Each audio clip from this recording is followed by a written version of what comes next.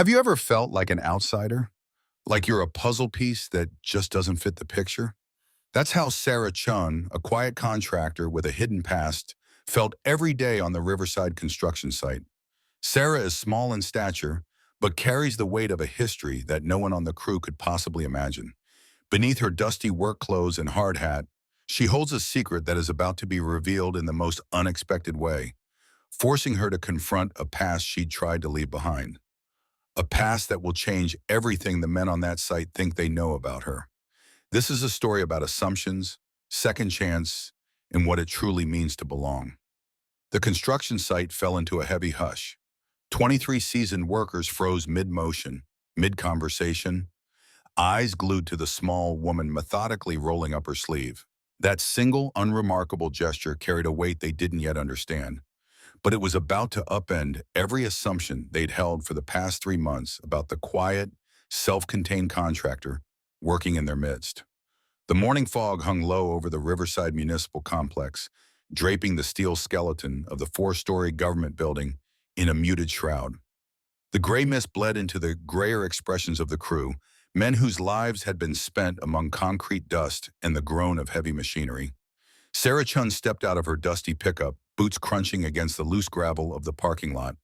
She gave the brim of her hard hat a small adjustment, checked the weight of her tool belt with one habitual tug, and walked toward the trailer.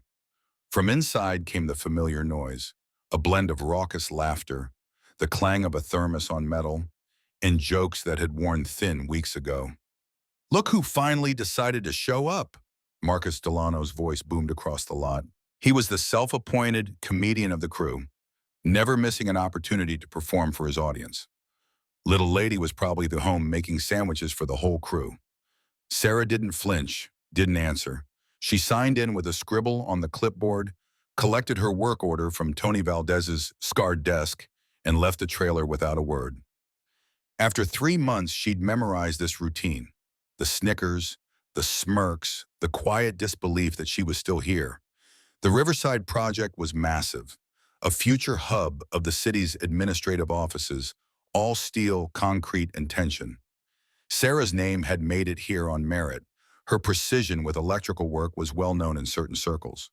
What her resume didn't spell out was the other life she'd lived, the one that had taught her skills the men around her wouldn't understand until they saw them in motion. "Chun, third floor," barked Tony Valdez, a man carved from 3 decades of construction grit. Junction boxes installed before Thursday's inspection. "Don't make me chase you." Sarah gave a single nod and headed for the freight elevator. Behind her, the usual murmurs rose like a low tide. "Still can't believe they hired her," muttered Jake Patterson, his voice carrying, despite his attempt to lower it. His forearms were a gallery of ink, skulls, eagles, the kind of bravado he wore on his skin. "This isn't a place for someone like that." "Someone like what?" Danny Rodriguez's tone was genuinely curious, not mocking. At 22, the youngest on the crew, Danny still carried a sense of fairness the others had long since buried under cynicism. "You know," Jake hesitated, but only for effect. "Small, quiet, probably never lifted anything heavier than a coffee cup." The elevator doors slid shut and their voices cut off, but the words stayed with Sarah. They always did. Months of sideways glances and quiet doubts had taught her how to let them slide across her skin without leaving marks, but never without memory. The third floor was a raw skeleton of exposed conduits and unfinished drywall. Sarah set down her bag, inhaled the sharp mix of concrete and steel, and scanned the space. Junction boxes, wires, code compliance, technical, meticulous, and demanding. The sort of work she could lose herself in. Measure twice, cut once, her movements were swift and exact. The weight of the metal and tools didn't slow her. She'd handled far heavier under far worse conditions. Of course, the men downstairs didn't know that. All they saw was a 5'4" woman who didn't join their crude banter, who didn't belong in their unspoken hierarchy of toughness. By 10:30, the crew filtered out for their first break, voices echoing up through the open windows. Sarah kept working, welcoming the quiet. "I'm telling you, she's not pulling her weight." Marcus's voice rose from below, sharp even across 3 floors. Sarah's hands paused on the drill, Every connection she'd made yesterday had been perfect. She knew it. Maybe she's just not cut out for this work, said Carl Brennan, the crew's unofficial expert on who did and didn't belong in his version of the world. No offense, but some jobs are for men. That's not fair, Danny spoke up, his voice cracking slightly but firm. She works harder than half of us, and she never complains. Vincent Torres added his slow, measured voice. Kid's got a point. I've been watching her. She knows what she's doing. But the tide of mockery was always stronger. Sarah had learned the pattern. They didn't target her because she was incapable, but because she was different. She didn't laugh at their barbs or trade stories of drunken weekends. She showed up, did the gua, and went home. In their world, that was enough to make her an outsider. The day rolled on until 11:45 shattered its rhythm. Shouts erupted from the second floor, raw and panicked. The heavy clang of footsteps echoed up the stairwell. "Get the foreman," someone yelled. "Jake's trapped, beams shifted." Sarah's body reacted before thought could catch up. She dropped her drill, grabbed her tool bag, and bolted down the stairs two at a time. Chaos met her on the second floor. A steel support beam had slipped during installation, pinning Jake Patterson by the leg. He was conscious but pale, his face twisted in pain. The crew hovered, some pushing uselessly at the beam, others arguing. "Call 911. Marcus's voice cracked, all humor gone. "Don't move him," Tony barked. "Wait for the paramedics." Sarah's eyes swept the scene in a single sharp pass. 1,000-pound beam, crude leverage attempts failing. Jake's breathing shallow, skin clammy, shock creeping in. Time was against them. "Step back," she said, low but firm. Tony spun toward her. "Sarah, this isn't—" "I said step back." Her voice snapped like a command that cut through the noise. "Vincent, left side. Danny, right. Marcus, find me a pry bar and 2 pipes, now." Jake's voice trembled. What are you doing?" "Getting you out." She crouched near the beam's fulcrum, mind-mapping angles and leverage like a second language. Years of training whispered in her blood. Carl hesitated, arms crossed. "We should wait for the professionals." Her stare pinned him. "I am a professional." Marcus returned, hands shaking as he passed her the equipment. Sarah rigged an improvised lever system with quick, confident motions. Simple physics, mechanical advantage over brute force. "On my count," she said, settling into position. 1, 2, 3. The beam lifted, 6 inches, then 8. Muscles strained, metal groaned. Vincent yanked Jake clear, and Sarah let the lever drop. The beam slammed to the floor with a crash that rang through the skeletal building. Jake panted, testing his leg. "Jesus, how did you even know to do that?" Sarah said nothing, only began repacking her tools. Lucky guess. They all knew it hadn't been luck. The way she had assessed, commanded, and executed the rescue carried the crisp edge of military precision. For the first time, the crew didn't see a small, quiet outsider. They saw something else entirely. Someone who had just saved one of their own. "Your leg okay?" Sarah asked, pausing only briefly. Yeah, just bruised," Jake said, his voice low with something that sounded almost like respect. "Thank you, that was really something." She nodded once and headed back up the stairs, boots steady, posture unchanged. Behind her, the whispers began again, but this time the laughter was gone. The mockery had burned away, leaving a raw, cautious awe. "Did you see how she handled that?" Danny whispered to Vincent, his voice low but full of awe. "Like she's done it before," Vincent replied, his eyes still fixed on Sarah. Then he added quieter, "Like she's done it 100 times. The entire rhythm of the afternoon shift shifted after that moment. The easy dismissal that had colored the crew's attitude towards Sarah was gone, replaced with sidelong glances and a respect they weren't quite ready to admit out loud. The energy on the site was different, calmer, more watchful. Jake, especially, seemed to look at her with new eyes.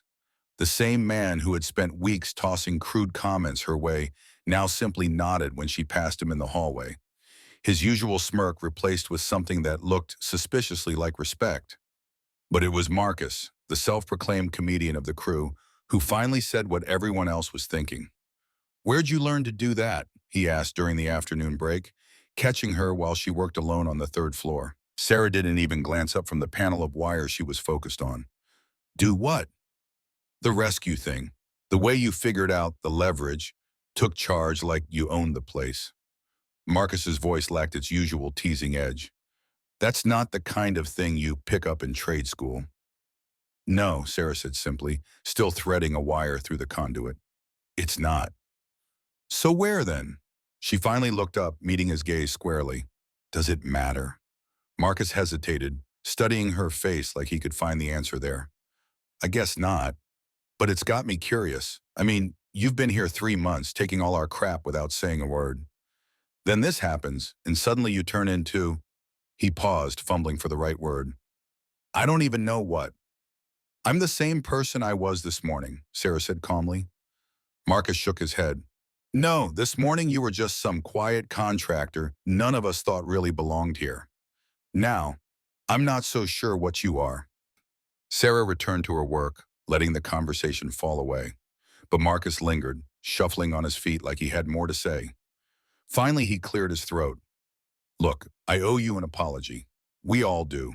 The way we've been treating you, it wasn't right. Apology accepted, Sarah said without looking up. But, Marcus pressed, I'm still curious about where you learned all that. Sarah paused, considering. Let's just say I've had some interesting jobs in the past. What kind of jobs? The kind that teaches you to think fast under pressure. It wasn't the answer he wanted, but Marcus seemed to know he wasn't getting anything else. He gave her a last curious glance and headed downstairs, leaving her alone with her thoughts and the quiet hum of the building. The rest of the afternoon passed uneventfully, but Sarah could feel the shift in the air around her. The crew's attitude had changed. She knew it was only a matter of time before someone started putting the pieces together, why her rescue had seemed so practiced, so professional. She'd wanted to finish this contract without anyone looking too closely. Keep her head down, collect her pay, move on. But Jake's accident had forced her hand. The skills she had spent months hiding were now out in the open. By closing time, the third floor was empty. The other workers had clocked out, leaving Sarah in a cocoon of fading light and solitude. She packed her tools slowly, letting the quiet settle around her. She preferred this, the calm before the inevitable storm of questions tomorrow would bring. As she walked to the elevator, she caught sight of her reflection in a darkened window. Hard hat, tool belt, dust-streaked work clothes. She looked like any other construction worker finishing another long day. But beneath the simple exterior lived a history that would shock every man on that crew. A life she'd carefully buried under this ordinary disguise. The elevator doors closed, carrying her down to the lot where her pickup waited. Tomorrow would bring new questions, maybe even new problems. But tonight, Sarah Chun was just going home. Tuesday morning brought the first crack in her calm. As she pulled into the Riverside site, she spotted a sleek black sedan parked near the job trailer. Government plates glinted in the early sun. Two people in dark suits stood beside it, their posture rigid, their eyes scanning the lot with the casual vigilance of professionals.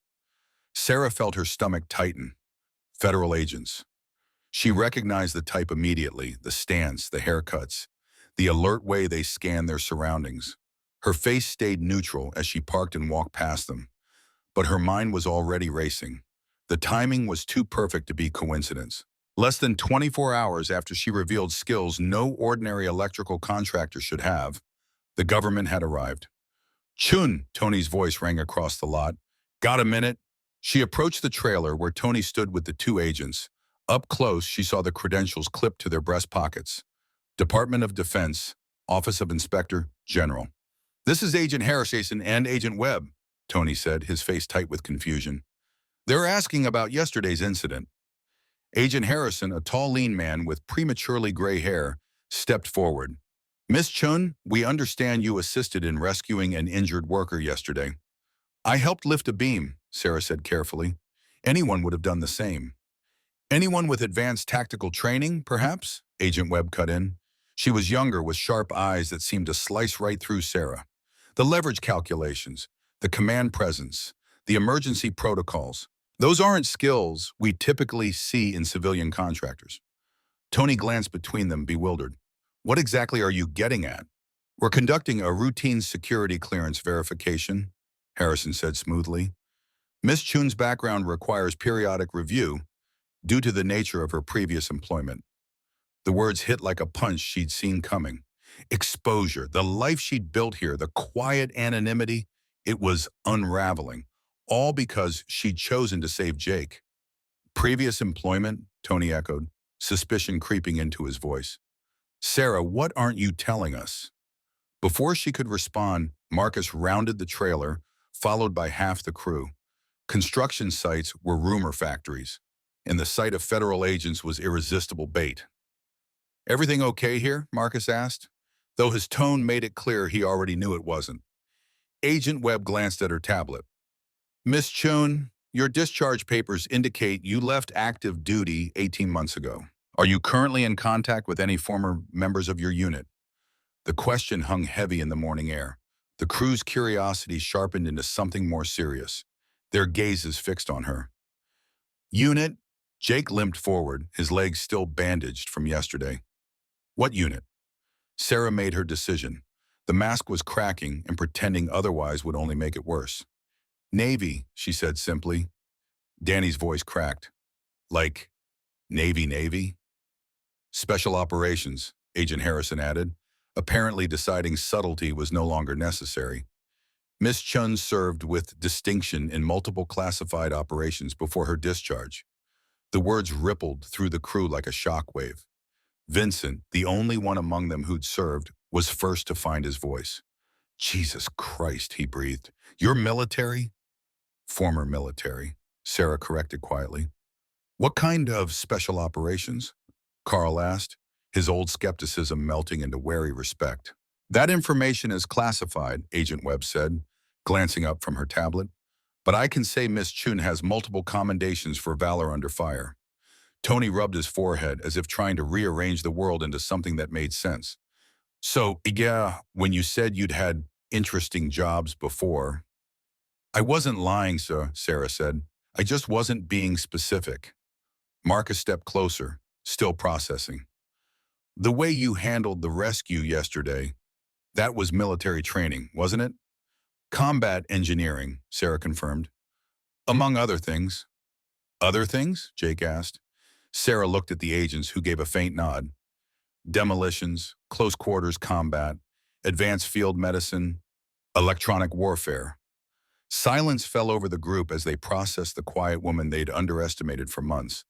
Sarah Chun, their reserved electrical contractor, was suddenly someone entirely different and infinitely more dangerous than any of them had imagined. Sarah had never looked more formidable than she did at that moment, and the entire crew seemed to realize it at once. Why didn't you tell us? Danny's voice cracked slightly. There was no accusation in his tone, only hurt, like a friend who had been left out of a secret. Sarah let out a slow breath, motioning toward the cluster of federal agents and the curious crowd forming near the site. Because this is exactly what happens when people find out, she said evenly. I came here to do construction work. I didn't want to be defined by what I used to be. Agent Harrison cleared his throat with the clipped efficiency of a man who had done this 100 times. Our verification is complete. Miss Chun, your security status remains active. We'll be in touch if we need anything further. Just like that, the agents were gone, leaving behind a stunned crew who were now seeing Sarah through an entirely different lens. For 3 long months, they had dismissed her as a quiet outsider, a woman who didn't belong in the rough world of scaffolding and steel. Now she stood, revealed, a decorated special operations veteran, the kind of soldier they only read about. Holy hell, Marcus muttered at last, breaking the silence. We've been giving you crap for 3 months, and you could probably kill us all with a screwdriver.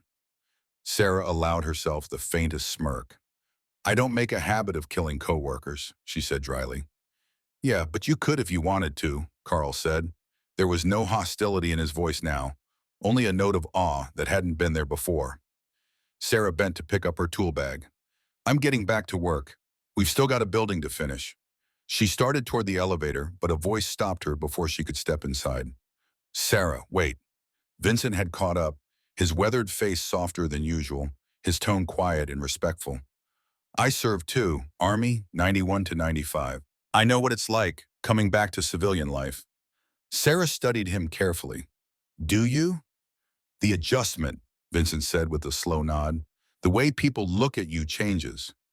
Once they know, they see something dangerous, like they should walk carefully around you.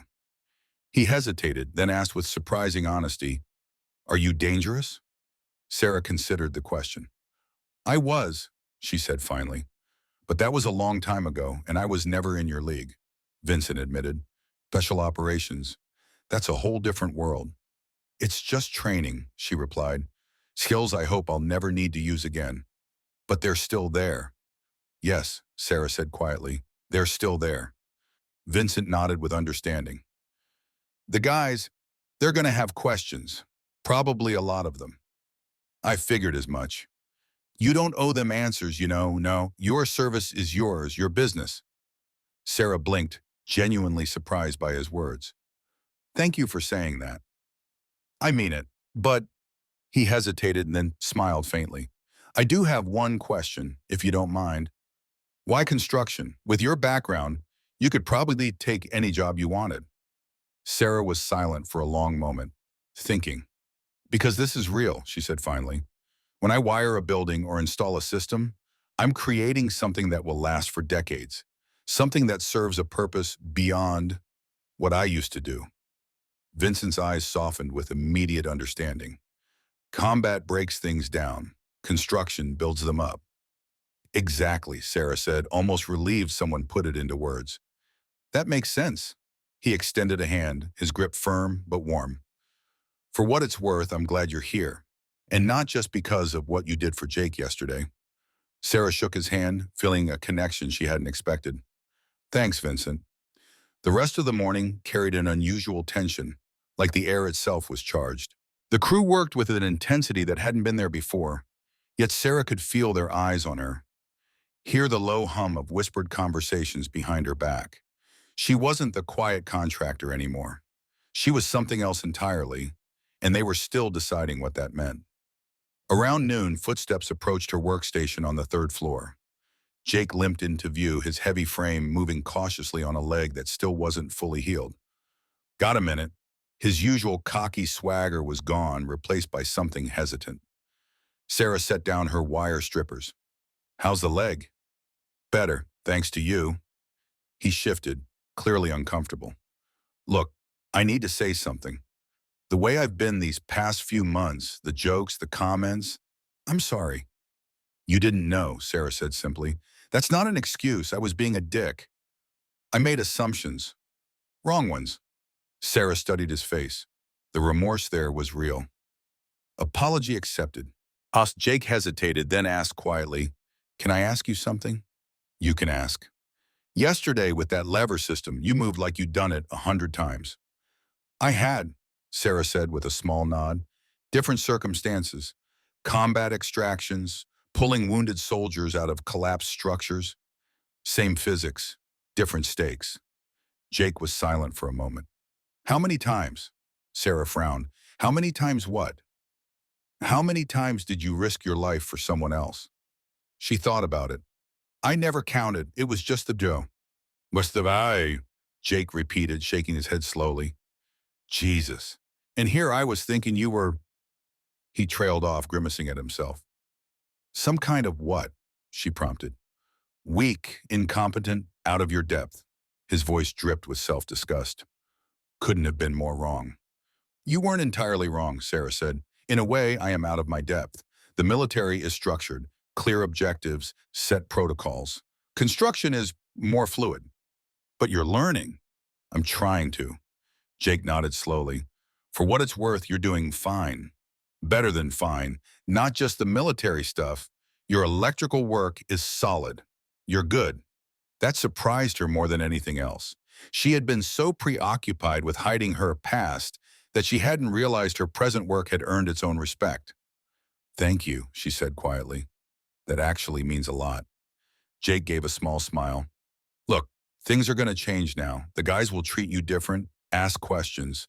But I want you to know, for me, you're still Sarah, the electrician who shows up, does good work, and keeps to herself. Knowing what I know now," he shook his head with genuine respect, "takes guts to walk away from that life and start over." For the first time in months, Sarah felt something bloom inside her. Acceptance. Not the cautious tolerance she'd earned through competence, but a real acknowledgement of who she was, all of who she was. Thanks, Jake. That means more than you know. Don't mention it. He turned to leave, then glanced back. One more thing. If you ever want to talk about the transition, the shift from military to civilian life, I've got a cousin, Marine, Iraq, and Afghanistan. Had a rough time adjusting, but talking helped. Offers there. I might take you up on that, Sarah said. Anytime. When Jake was gone, Sarah returned to her work feeling strangely lighter. The secret she had carried for 3 long months was out, and the sky hadn't fallen. Her coworkers knew who she really was, and so far, most of them were handling it far better than she'd imagined. But she also knew this was only the beginning. Word would spread to other crews, to supervisors, to city officials. Some people would be curious, others would be wary, and a few would see her as an opportunity to exploit.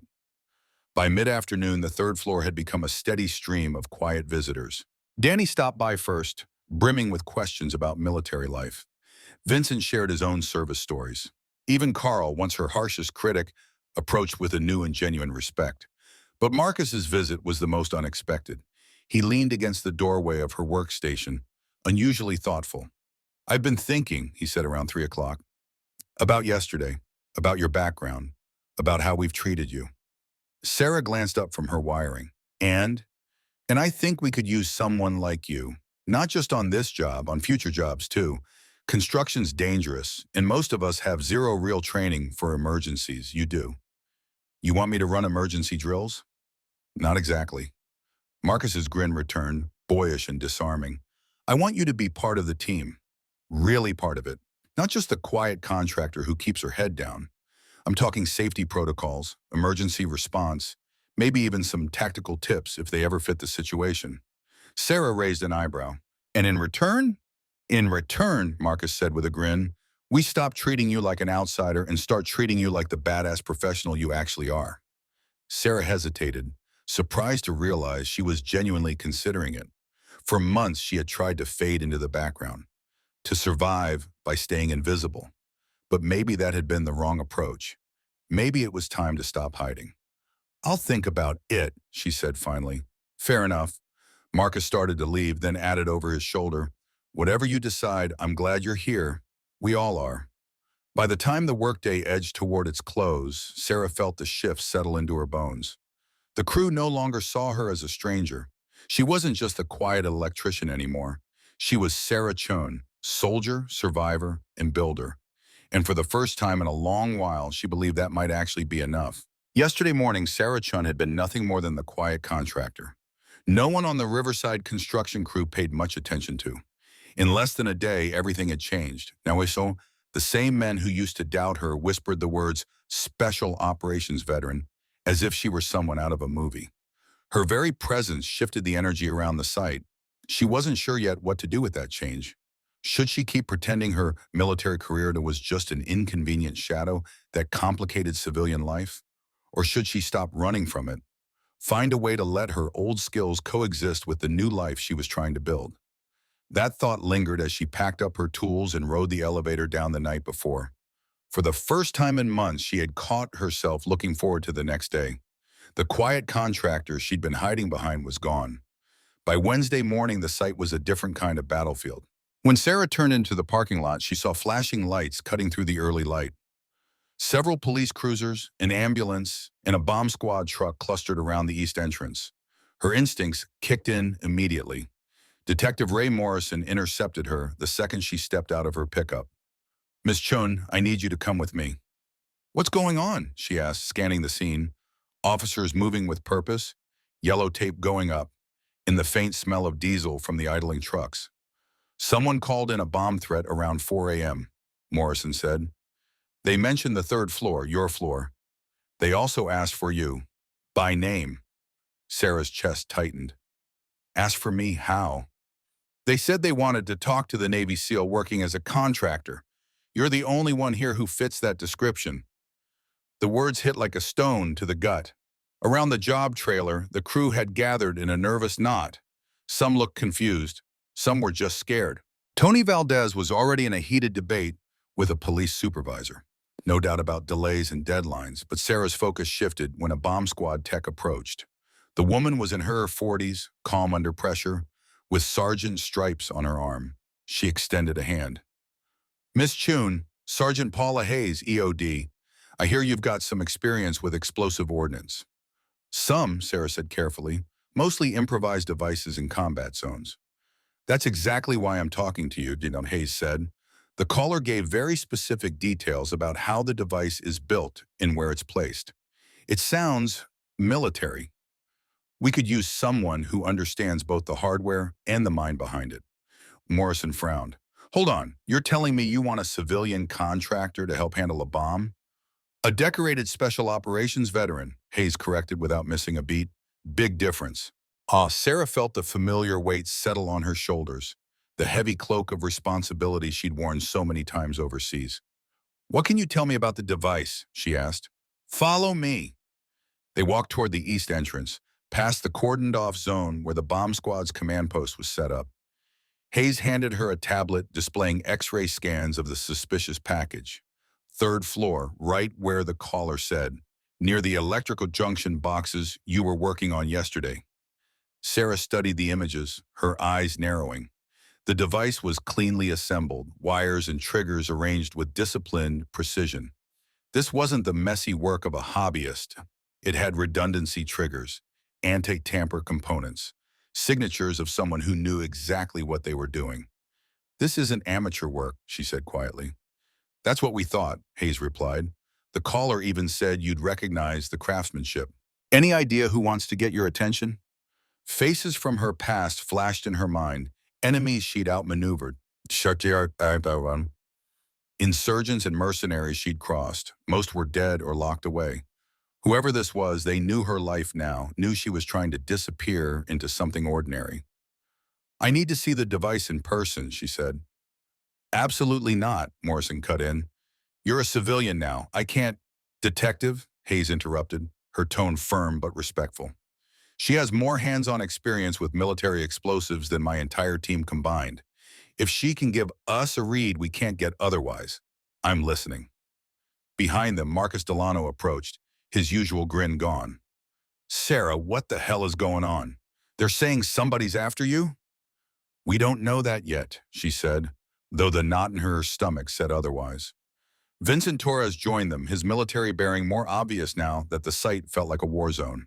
If somebody's targeting one of our people, we need to know, he'd said. Morrison raised a brow. One of your people? Yesterday you guys were grumbling about her. Yesterday we didn't know she was a war hero, Marcus said, his voice sharp with conviction. Today we do. That matters. The unexpected warmth of loyalty flickered in Sarah's chest, but she didn't let herself dwell on it. She turned back to Hayes. The caller, did they use any terms that stood out? They talked about primary and secondary initiation sequences, shape charges for maximum damage. That's advanced demolition language. Sarah exhaled slowly. That's someone with special operations training, maybe even the same theater I served in. So this is personal, Morrison said. Very personal. The bomb squad's parking lot command center was alive with screens showing camera feeds from every angle of the building. Sarah studied the visuals like she'd done 100 times before on missions. The placement's wrong, she said after a moment. Wrong how? Hayes asked. If they wanted to kill as many people as possible or bring the building down, they wouldn't put it here. This would fry the electrical systems, but the structure would hold. So what's the real target? Sarah's eyes lingered on the X-ray images. The answer slid into place like a lock turning. Gee, the device is exactly where I've been murdering. Right where the crew sees me the most. Hayes' jaw tightened. Message received. That they know where I am, Sarah said softly, that they can reach me anytime they want. Morrison's radio crackled. Detective, we've got the caller again. He's asking for the seal. Sarah met Hayes' gaze. Hayes gave a single nod. Moments later in the command post, a headset pressed to her ear, Sarah heard a voice filtered through electronic distortion. The cadence was eerily familiar. Hello, Sarah. Who is this? She asked, steady. Someone who knows your work. Someone who appreciates your skill set. What do you want? I want you to remember what you really are, not this civilian act. Yesterday, you saved a man's life with skills you learned in Kandahar. Today, you're analyzing my device with knowledge you earned in Baghdad. You can't run from who you are. The mention of those locations chilled her. He knew her file, classified details. Who are you? Someone who thinks you're wasting your talents. Someone who believes you belong in a different line of work. If you disagree, well, the people around you might get hurt, starting with your new friends. The line went dead. Sarah pulled the headset off slowly, her mind racing. Someone with classified knowledge, her current movements, and the ability to build a professional-grade bomb was pulling her back toward the life she tried to leave behind. What did he say? Hayes asked. He's trying to recruit me, Sarah said flatly. The bomb is just a demonstration, proof he can reach me anywhere. Recruit you for what? Private military work. There are companies that pay obscene amounts for people with my resume. Morrison's brow furrowed. So what? This is a job interview with explosives? This is psychological warfare, Sarah corrected. He wants me to feel like I don't belong here, like the only life I have is the one I walked away from. Well, he's doing a hell of a job, Marcus muttered to nearby. Half the crew's ready to quit until this is over. Guilt flared hot in Sarah's chest. This was exactly the nightmare she tried to avoid. Her past wasn't just hers anymore. It was bleeding into the lives of innocent people. Hiding hadn't worked. Somehow he'd found her anyway. We need to disarm the device, Sarah said, her voice steady but low as she addressed Sergeant Hayes. And we need to do it carefully. If this guy is as skilled as he seems, there will be anti-tampering measures. You want to help with the disarming? Hayes asked cautiously. I want to do it myself. Absolutely not, Detective Morrison cut in immediately, his tone sharp, full of authority and worry. You're not law enforcement. You're not military anymore. You're not. I'm the one with the most experience with this kind of device, Sarah interrupted firmly. And I'm the target. If something goes wrong, the risk should be mine. Sergeant Hayes hesitated, clearly weighing her words, then finally asked, What's your assessment of the device? Sarah leaned over the X-ray images again, her eyes tracing the intricate patterns of wires and triggers. The old habits, the instincts of someone who had spent years staring at death in metal and circuitry, took over. It's complicated, but not impossible, she said finally. Whoever built this wanted to show off, not massacre. It's a challenge, a demonstration. There will be multiple fail-safes, but they'll follow a logical pattern. How can you be so sure, Hayes pressed? Because this isn't about killing, Sarah said, her voice quieter now. It's about making a point. Detective Morrison frowned. What point? That I can't escape who I am, she said after a moment. No matter how hard I try to live a normal life, my past will always find me. Vincent Torres, the older crew member who had worn the same kind of uniform Sarah once had, stepped forward. Sarah, with respect, that's in your head. Everyone turned to look at him. You think so? Sarah asked. I know so, Vincent said. You served your country. You did your job. You came home. That doesn't mean you owe anyone else your life. Vincent's right, Marcus Delano chimed in, unusually serious. You don't owe this guy a damn thing. You don't owe anyone anything. Sarah's jaw tightened. If I ignore him, he might escalate. He could target the crew, the building, innocent people. Then we deal with that when it happens, Jake Patterson said, limping over on his still-healing leg. But we don't let some terrorist dictate how you live your life. Sarah looked at them, all of them. The crew who had spent months dismissing her, teasing her, rolling their eyes at her quiet competence. They'd learned the truth about her past only days ago, and now every one of them stood beside her. The support was more than she'd ever expected, more than she thought she deserved. All right, she said finally, exhaling. She turned to Sergeant Hayes. Let's go disarm this thing. The bomb squad had already set up a safe perimeter with remote cameras providing multiple angles of the device. Sarah examined the feed, noting the precise placement, the deliberate craftsmanship. It's military grade, she said to Hayes, her professional focus sharpening, but it's meant to be disarmed if you know what you're doing. What makes you say that? Hayes asked. The access points are obvious to someone with the training. Wiring is color-coded using military standards. This isn't designed as a suicide mission. It's a test. A test of what? My skill, my nerves, my willingness to play his game, Sarah said. She approached the device with measured, deliberate steps. Her breathing slowed. The old rhythm returned, calculated movements, careful observation, the ever-present awareness that one mistake meant death. Primary trigger mechanism is pressure sensitive, she reported into her radio, but the secondary timer system is the actual threat. How much time? 47 minutes, she said, eyeing the digital display. Then she shook her head. But that's not the real timeline, Bun. What do you mean, Mordicus asked. He'll call again in 30 minutes. This isn't about the explosion, it's about forcing a conversation. And she was right. Exactly 30 minutes later, Morrison's radio crackled. Put Sarah back on, demanded an electronically distorted voice. Sarah lifted the radio. I'm here. Impressive work, the voice said.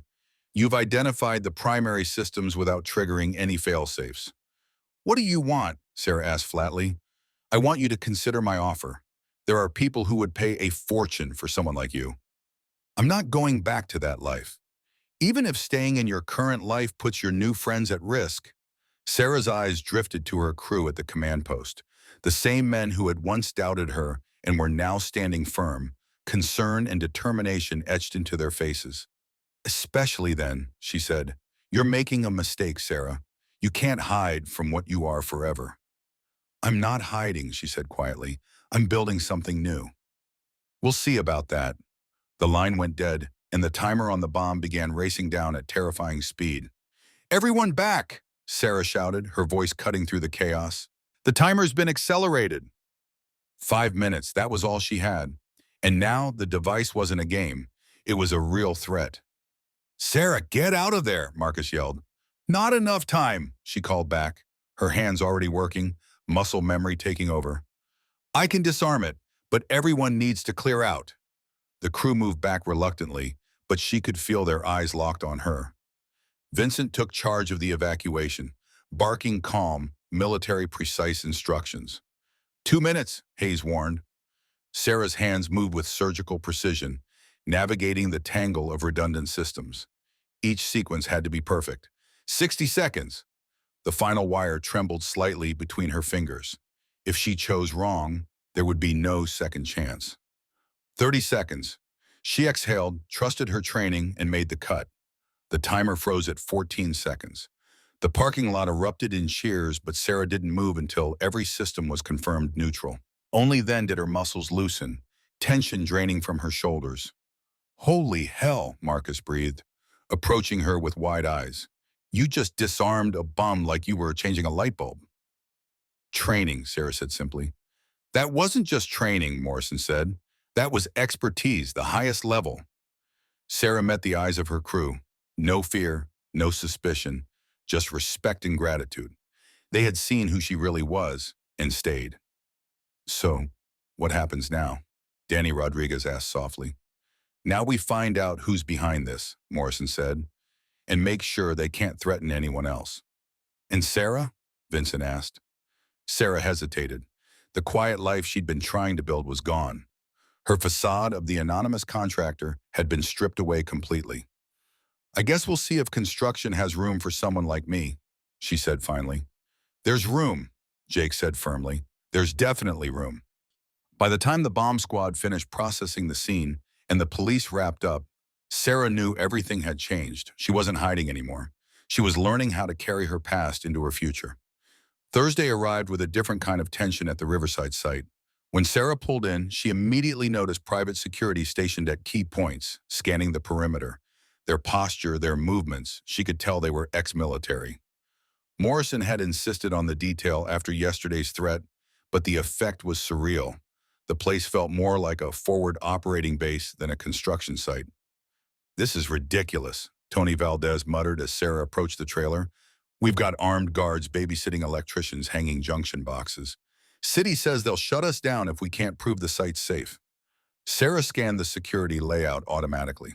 Whoever set it up knew what they were doing. Elevated sight lines, overlapping fields of fire, clean coverage zones. They know their job, she observed. Not sure that makes me feel better, Tony grumbled. Before she could reply, a black SUV rolled into the lot. Three people stepped out. Detective Morrison, a woman in an expensive suit, and a man whose military bearing was unmistakable even out of uniform. Miss Chun, Morrison called. We need to talk.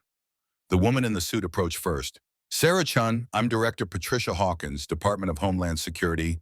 This is Colonel James Mitchell, Defense Intelligence Agency. The weight of institutional attention settled over Sarah like a lead blanket. What can I do for you, she asked. We've identified your caller from yesterday, Colonel Mitchell said without preamble.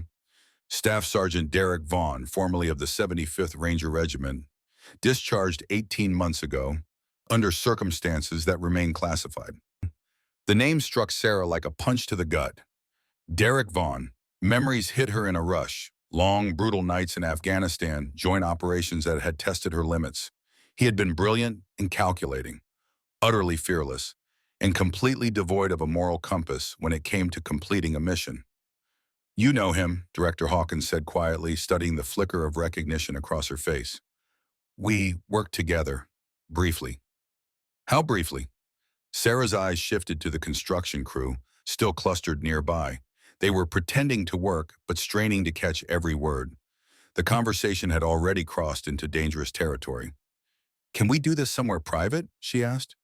They moved into the job trailer, leaving the workers outside with their unease. Inside, the cramped space smelled of coffee, oil, and sawdust. Colonel Mitchell spread a series of photographs across Tony Valdez's desk. Vaughn has been tied to 3 private military contractors in the last year, he said, his voice low but firm. All of them involved in questionable operations in Eastern Europe and Africa. All of them paying far more than any military salary. Sarah leaned over the photos, scanning the faces. A few were familiar, men she'd shared deployments with. He's recruiting, she murmured. More than that, Director Hawkins said, his tone carrying the weight of something inevitable. He's building a private army, and according to our intelligence, you're at the top of his recruitment list. Sarah's stomach tightened. Why me? Colonel Mitchell slid another photograph forward. It was her, gear strapped tight, mud streaking her face, captured in a classified operation 3 years ago. Because your skills are exceptional, even for special operations. You're a force multiplier. Vaughn knows you can train others to operate at your level. Well, Sarah stared at the image for a moment, then set it down. I'm not interested. We know, Hawkins said evenly, but Vaughn doesn't accept rejection. Yesterday's bomb threat, that was just the opening move. Detective Ray Morrison, who had been silent until now, leaned forward. We believe he's planning to escalate. He wants to push you into a corner where you'll have to use your skills to protect civilians. Sarah's voice was steady. What kind of escalation? Mitchell shook his head. We can't say for certain, but the pattern suggests he will target your new support network. Your crew, maybe their families. Cold anger rippled through Sarah. It was one thing to threaten her. Innocent people were another matter entirely. What do you want from me? Your cooperation, Hawkins said. Help us find him before he hurts someone. And if I say no? Mitchell's face hardened. Then we pull your security clearance, flag you as a potential national security risk, and make it nearly impossible for you to live anything resembling a normal life. The threat was delivered without malice, just professional certainty. Sarah understood perfectly. They were offering her a choice that wasn't a choice at all. I need to think. You have until tomorrow morning, Hawkins said. Vaughn won't wait much longer. When the federal agents left, the trailer felt strangely hollow. Sarah stood at the window, watching the crew outside.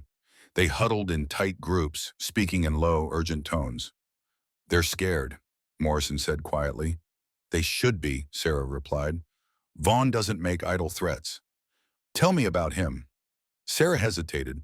He's extremely capable. Special operations background, multiple deployments, deep training in asymmetric warfare.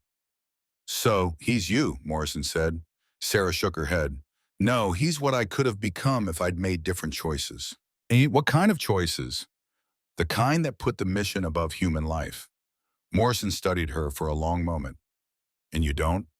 Not anymore. Their conversation was interrupted by shouting outside. Sarah glanced through the window and saw Marcus Delano arguing with a member of the security team. She stepped out. Problem? This guy won't let me back into the building, Marcus snapped, pointing at the lean security operative. Says I need special clearance now. The operative stood stiffly, posture screaming, ex-military. Ma'am, we've been instructed to limit access to essential personnel only. By whose authority? Homeland Security. After yesterday, this site is considered a potential target zone. Sarah's patience frayed. These are the essential personnel. They work here. I understand, ma'am, but... No, she cut him off. You don't understand. These people have jobs to do, families to feed. They're not going to be held hostage by someone else's agenda. The man hesitated. Ma'am, I have my orders. Then get new orders or find someone who can give them.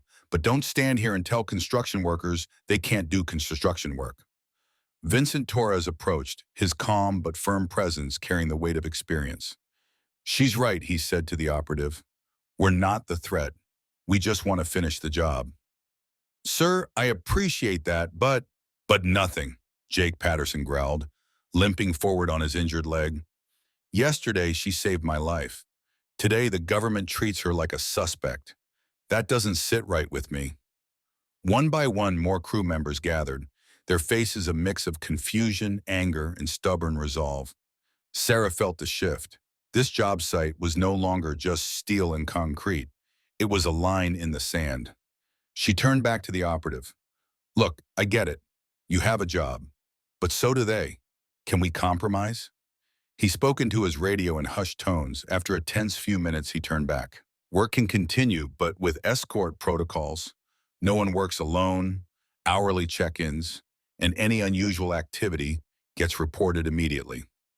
It wasn't perfect, but it was a start. The crew filed back in, subdued but determined. As Sarah was about to follow, Danny Rodriguez approached her. Sarah, can I ask you something? Sure. Are we in real danger? Not theoretical danger. Real danger. She considered softening the truth but chose honesty. Yes, anyone connected to me could be a target. Danny swallowed hard. But we didn't choose this. This guy, he's coming after you, threatening us. That's not your fault. No, it's not. Then we deal with it together. Danny, you don't know what you're saying. This isn't some workplace problem. He's a soldier without a conscience trying to drag me back into a life I walked away from. I get that. What I don't get is why you think you have to face it alone. Before she could answer, her phone buzzed. Unknown number. One line of text that made her blood run cold. Your new friends seem nice. Would be a shame if something happened to them. Meet me tonight. Pier 47, 10 p.m. Come alone or start attending funerals. Her mind snapped into tactical mode. Vaughn was escalating faster than anyone predicted. Bad news? Danny asked. He wants to meet. Tonight. Then you're not going alone, Deschamps. I have to. He's threatening the crew. Then we go with you. Sarah looked at his young, determined face. You don't understand what you're volunteering for. I understand someone's threatening us. I understand you've been carrying this by yourself for too long. Marcus appeared at his shoulder, having overheard. Yeah, kids these days. We're in this with you. This isn't your fight, Sarah tried again. Like hell it isn't, Vincent said, stepping closer. Yesterday you disarmed a bomb to save us. Today, some lunatic is threatening our lives because of you. That makes it our fight. The crew gathered around her, resolve written across every face. Her attempt to shield them had failed. They were already in this, whether she wanted it or not. What's the plan? Jake asked. There isn't one, Sarah said. I meet him. I see what he wants. I try to negotiate without anyone getting hurt. And if that doesn't work? Sarah's eyes were steady, cold steel behind them. Then I do whatever it takes to keep him away from you, even if it means going back to the person I used to be. The room fell into a heavy silence. No one spoke at first, the weight of Sarah's words pressing down on the crew like a physical force. It was Marcus who finally broke it, his voice carrying an edge of disbelief. That's not acceptable, he said. Sarah blinked, caught off guard. What isn't? You, throwing yourself on the line for us like it's nothing. Sacrificing yourself to protect us. That's not acceptable. It's not your choice to make, is it? Vincent countered, his calm, deliberate voice cutting through the tension. We're the ones being threatened. Don't we get a say in how we respond? Sarah's eyes swept over their faces one by one. Rough hands, sweat-stained shirts, wary expressions that had once dismissed her entirely. And now they were standing up for her, even defending her. In just a matter of days, their view of her had changed completely. That shift was staggering and dangerous. Vaughn would seize on that emotional bond the first chance he got. You don't understand what you're up against, she said, her voice low but urgent. Derek Vaughn isn't just dangerous, he's brilliant. He's been planning this for months, studying me, learning where to hit, and how to make the pressure hurt the most. Then we just need to be smarter than him, Danny said firmly. His young face was set with determination that surprised her. You're not doing this alone anymore, Sarah. Like it or not, we're in this with you, Sivan. Before she could answer, her phone buzzed. Another message. Tick-tock, Sarah. Every minute you hesitate puts your construction friends at greater risk. She held the phone up so the crew could read it. Instead of fear, she saw their expressions harden into resolve. Pier 47, Marcus read aloud. I know that place. Used to work security down there. This isn't a planning session, Sarah said sharply. I'm telling you that I'm handling this, alone. Wrong, Vincent said, his voice carrying that unmistakable authority only years in the army could carve into a man. We're telling you we're going to help you handle this. You could get killed, she shot back. So could you, Vincent replied evenly. So could all of us if this guy decides to push things further. Her stomach twisted. She had spent years perfecting isolation as a shield, for her safety, for others. But somewhere along the way, she had done the very thing she'd been trying to avoid. She had made them care about her, and now that connection made them targets. Fine, she said finally, the word heavy with surrender. But if we do this, we do it my way. No heroics, no unnecessary risks. And when I give an order, you follow it, no questions. Jake raised an eyebrow. Whose orders exactly? Sarah's gaze circled the room. Construction workers, grease under their nails, dirt on their boots. Somehow they'd become a team, almost a tactical unit. Mine, she said. The rest of the afternoon was spent in careful, methodical preparation. Sarah's brain switched to a mode she hadn't used in years, combat planning. But now every decision was colored by something she wasn't used to feeling in the field. Responsibility for people who weren't soldiers, who had chosen to stand with her anyway. By the time the workday ended and the sky dimmed into early evening, she realized she wasn't the same woman she had been just a week ago. She wasn't simply an independent contractor trying to bury her peticas, nor the lone operative fighting in shadows. She had become something in between, a bridge between the civilian life she wanted and the soldier she had been. Whether that would be enough to keep them all alive, she didn't know. Pier 47 jutted into the black water of the harbor like a concrete finger, solitary and cold. At 9:45 p.m., the industrial district was deserted, save for the occasional truck rattling by the warehouses. Sarah crouched behind a shipping container, night vision binoculars pressed to her face. I count 3 heat signatures, she whispered into her radio. Vaughn at the end of the pier, 1 man on the roof of the warehouse, another covering the entrance. Copy that, Vincent's voice came softly through her earpiece. Despite her warnings, the crew had refused to sit this out. Vincent and Marcus had set up in an abandoned building 2 blocks away, while Jake and Danny monitored approach routes from a van parked near the harbor office. Sarah, Marcus' voice crackled through the line. This feels like a trap. It is a trap, she said evenly. The question is, who's trapping who? Detective Morrison's voice broke in next. Federal teams are in position. Snipers have the pier. Tactical units are ready to move on your signal. She checked her watch. 9:52 p.m., 8 minutes until she would walk out there and face the ghost she had been trying to outrun. Only now she wouldn't be doing it alone. All units, sound off, she ordered. Vincent and Marcus in position. Jake and Danny, approach routes clear. Morrison, federal backup standing by. Understood, Sarah said. No one moves until I give the signal. Vaughn is expecting resistance. He'll be ready for anything. She began her careful approach toward the pier, every step deliberate, and quiet. Her body knew this rhythm, the old choreography of risk and precision. The difference now was that she wasn't just moving to eliminate a threat. She was moving to protect something. Derek Vaughn emerged from the far shadows of the pier, his tall frame instantly recognizable, even in the thin wash of harbor lights. He was alone, or at least he looked that way. Sarah knew better. "Hello, Sarah," he called smoothly. "You look good. Civilian life seems to suit you." "Civilian life agrees with me, Derek," she replied, stopping about 20 feet from him, close enough to talk, far enough to react. "You wanted a meeting. I'm here." "Yes, you are. And despite my very clear instructions, you brought friends." Even in the dim light, she saw the edge of his smile. "You really think I wouldn't notice? Federal surveillance, your little construction crew trying to play soldiers." "I figured you'd expect them," she said evenly.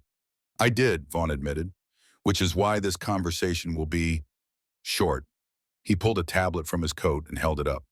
A live video feed glowed on the screen. "Recognize this?" Her heart clenched. It was Danny Rodriguez's apartment. His wife Maria was tucking their two small children into bed. "If anything happens to me," Vaughn continued, "my associate pays them a visit. Sweet family. Would be a shame if something unfortunate happened because you decided to be stubborn." "You son of a—" "Language, Sarah," he said almost playfully. "We're having a civilized conversation. Old comrades, catching up." Her mind raced, calculating angles and outcomes. Every scenario ended in innocent blood. Vaughn had played her perfectly. "What do you want?" she asked, her voice like steel. "I want you to stop pretending you're someone you're not," he said. "You're a weapon, Sarah, a precision instrument. Playing electrician is beneath you." "Maybe I like being beneath my capabilities." Vaughn laughed softly. "No, you don't. I saw you yesterday. The bomb, the rescue, you lit up. You felt alive for the first time in months. Admit it." "I felt like I was helping people," she said. "Exactly. And I'm offering you the chance to help people on a bigger stage. My organization handles the threats governments can't. We do what needs to be done." "You mean mercenaries?" Sarah said flatly. "I mean effective," he snapped. "The world is full of monsters, people who prey on the weak and hide behind borders and laws. We stop them." She studied his face. There was conviction there, twisted with manipulation. "And who decides who the monsters are?" "We do, based on intel, on results, just like the old days. Better than the old days. No red tape, no politics, no rules protecting the guilty." Her earpiece crackled softly, Vincent checking in. The team was restless, waiting for a signal she couldn't give, not with Danny's family in danger. "Why me?" she asked. "You've got other operators." "Because you're the best. Soldiers follow you. When you're in the field, success rates jump 40%. That's not a guess. That's data. Lives saved, objectives met." Sarah's eyes drifted to the dark water lapping at the pier. Vaughn wasn't wrong. She was exceptional at what she did. And there would always be people willing to buy that skill. "What about my crew?" she asked quietly. "The people I work with now?" "What about them?" Vaughn said, almost pitying. "They build things. You break things. It's not complicated." "It is complicated. They're my friends." He tilted his head. "Friends? Sarah, they tolerate you because you saved one of them once. They don't know who you really are." "Maybe they understand me better than you think." "Really?" Vaughn pulled out his phone and dialed. "Let's test that theory." Sarah's earpiece exploded with panicked voices as Vaughn's associate made a move on Danny's apartment. She could hear Morrison trying to coordinate a response, but they were too far to reach the family in time. "Stop!" she said, her voice sharp. Vaughn smiled. "Join me. Call off your men and I'll let it go." Van's voice echoed in the cold night air. "Sarah, don't." Vincent's voice came sharp and steady through her earpiece. "We'll figure out another way." "There is no other way," Sarah said quietly, her jaw tight as she stared at the man holding the last card in this dangerous game. She knew he could hear the radio chatter. "He's got Danny's family." "Actually," a new voice broke through the static. Sarah's heart skipped. She knew that voice. "Danny," she said into her radio, hardly daring to believe it. Maria and the kids are fine, Danny replied, his voice calm but with a note of pride. They've been at her mom's place since this afternoon. Van's confident expression wavered, while confusion flickering in his eyes. That's impossible, he said. My surveillance confirmed. Your surveillance confirmed that my wife put two kids to bed, Danny interrupted smoothly over the radio. What it didn't confirm is whose kids they were. My sister-in-law's children are about the same age as mine. Sarah allowed herself a grim smile. Looks like my construction crew is a lot smarter than you gave them credit for. Van's jaw tightened. This changes nothing, he said, but his voice had lost the unshakable certainty it carried before. No, you don't, another voice cut in. Marcus this time, the crew's self-appointed comedian, who now sounded deadly serious. We've been busy, Derek, your sniper on the warehouse roof. He's been unconscious for the last 20 minutes. Your backup at the pier entrance? Also unconscious. Turns out construction workers know a thing or two about moving quietly in industrial areas. Van spun around, suddenly aware that his tactical advantage had evaporated. How? He started, but Sarah cut in. Vincent's ex-army. Marcus used to do private security. Jake's got two brothers who are cops, and Danny. She let the pause hang for a beat. Danny's just really good at thinking ahead. Jake's deep voice rumbled through the radio next. Plus, we had help from some very professional federal agents. Once they realized we weren't going to be talked out of backing you up, they were more than happy to coordinate. Van's hand twitched toward his weapon. He was desperate, cornered, but Sarah's instincts were faster. Years of combat training roared to life. In a single smooth motion, she closed the distance, wrenched the pistol from his grasp, and twisted his wrist until he cried out, "Oh!" It's over, Derek, she said, holding his weapon firmly as he clutched his wrist in pain. You're done. You think this solves anything? Van snarled. You think you can just go back to playing house with your construction buddies? There are others like me, Sarah. People who know what you're capable of. Maybe, she said evenly, her voice calm now. But I've learned something in the last few days. And what's that? That I'm not just a weapon. I'm a person with friends willing to risk their lives to help me. That's worth more than any military contract you could ever dangle in front of me. Floodlights suddenly flared to life, blindingly bright against the dark pier. Detective Ray Morrison's tactical team swept in like a storm, weapons drawn.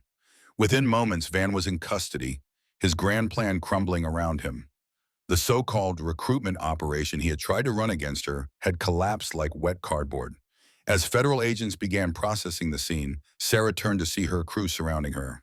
Men who had once doubted her, who had laughed or grumbled when she first showed up on site, now stood shoulder to shoulder, not as co-workers, but as true buddy allies. Marcus grinned, his usual humor cracking through the tension. So, does this count as overtime? Definitely hazard pay, Vincent said, deadpan. I'm just glad everyone's okay, Danny said with a heavy exhale, relief softening his voice. Maria's gonna kill me when she finds out what we did tonight. What we did, Jake corrected with a nod, was back up a friend who needed us. Sarah looked around at their faces, tough, weathered, tired, but warm. In their eyes, she saw something she hadn't expected to find in civilian life. Real acceptance. Belonging. Thank you, she said simply. Don't mention it, Vincent replied. That's what a crew does. We look out for each other. Detective Morrison strode toward them, his face set but less severe now. Miss Chun, we'll need your statement. But the immediate threat read as neutralized. Van's network is being rolled up as we speak. Sarah hesitated. What happens now? Now, Morrison said, now you go back to being an electrician. Unless you want a career in law enforcement, we could use someone with your skills. Sarah glanced at her crew, then back to the detective. Thanks, but I think I'm exactly where I need to be. 3 weeks later, the Riverside Municipal Complex was nearly complete.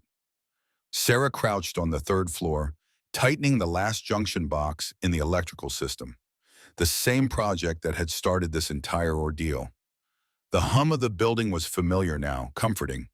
It wasn't glamorous work, but it was honest. Hey, Sarah, Danny's voice carried across the floor. Inspector's here for the final electrical walkthrough. Coming, she replied, gathering her tools. Despite the chaos of the past month, the project was finishing on schedule. The crew had worked with a new kind of focus, their bond forged in the crucible of danger. You know, Marcus said as they waited for the inspector to sign off, I've been thinking about what Van said, about you being a weapon. He was wrong. Sarah raised an eyebrow. Oh yeah, you're not a weapon, Marcus said with the uncharacteristic sincerity. You're a shield. You protect people. That's what you've always done, whether it was in the military or here with us. Sarah considered his words and gave a small, knowing nod. Maybe that's the difference between us and people like Van. We build things. He only ever knew how to tear them down. Speaking of building things, Vincent said as he approached with a folded document, I've got news. Tony's been talking to the city. Next project is a new fire station. They want a crew with security experience, people who can handle unusual situations. Sarah's eyes narrowed, a smile threatening at the corners of her mouth. Are you offering me a job, Vincent? I'm offering you a career, he said without hesitation, with people who know who you are and only care about two things, the quality of your work and the strength of your character. Sarah looked around at the building they had brought to life, solid, functional, and built to last. Exactly the kind of legacy she wanted to leave behind. When do we start? She asked. As the afternoon sun poured through the gleaming windows of the completed municipal building, Sarah Chun stood in her hard hat, a quiet smile on her face. Once she had been a decorated special operations veteran. Now she was an electrician. But more importantly, she was someone willing to stand between danger and the people she cared about. The quiet contractor had found her voice. She had found her place, and she had found her people.